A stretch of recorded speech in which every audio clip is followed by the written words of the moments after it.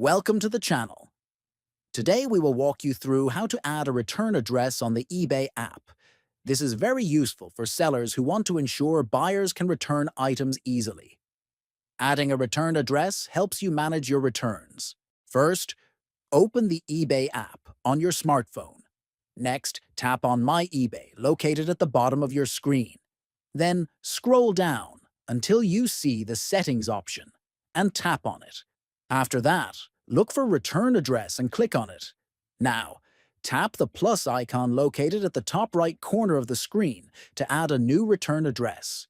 Next, enter your complete address details including your name, country, street address, city, state, zip code, and phone number.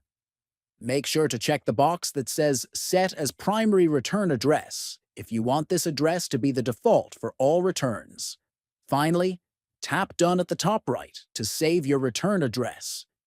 If you found this tutorial helpful, make sure to like this video, share it with friends, and subscribe to our channel for more useful guides.